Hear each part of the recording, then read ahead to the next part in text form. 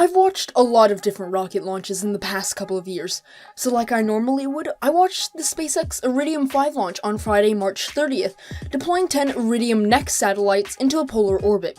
If you, like me, were watching it, you might have heard this before the launch. Due to some restrictions from the National Oceanic and Atmospheric Administration, or NOAA for short, SpaceX will be intentionally ending live video coverage of the second stage just prior to engine shutdown.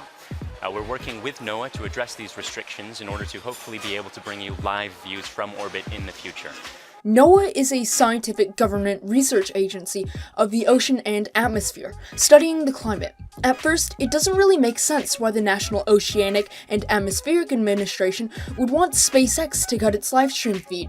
So, to understand why this happened, we need to go back to the 1980s. Spaceflight had already been proven possible a couple of decades earlier, but remained tightly regulated, especially within the US.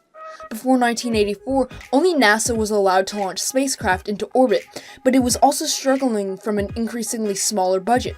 After the Apollo missions of the 1960s and 70s, Congress began seeing space as a waste of time and money and began cutting NASA's budget. NASA at the time was also moving almost solely to launching the space shuttle, which had mounting costs.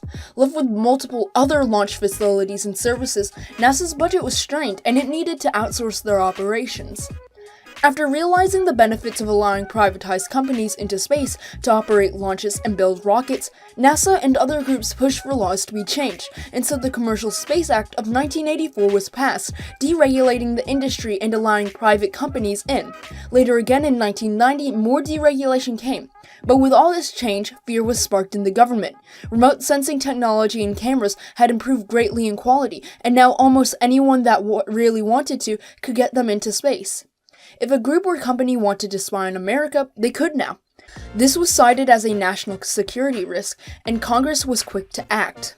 In 1992, the Commercial Remote Sensing Act was passed and added to the National and Commercial Space Program Act, or Title 51, basically all the laws surrounding space in America.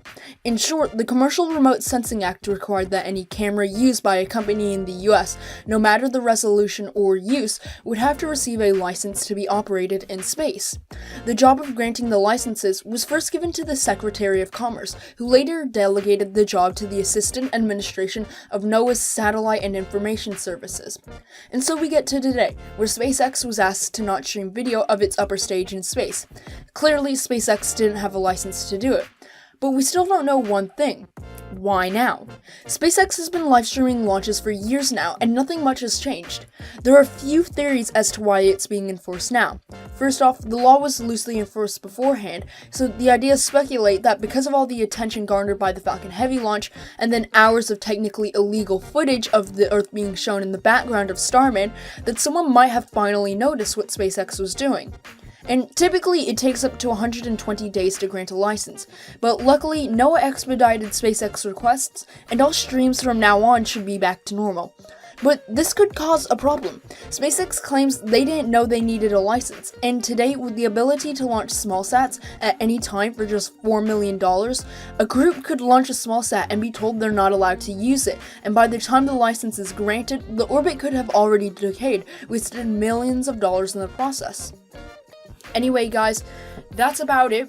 I know in the past couple of days, a lot of new people have been joining the channel, so I'd like to say thanks and welcome, and thanks for all the support. Anyway, if I got anything wrong in this video, leave a comment and I'll make sure to pin it. I know I don't like to spread false information. Anyway, guys, I hope you learned something today, and I'll see you again very, very soon.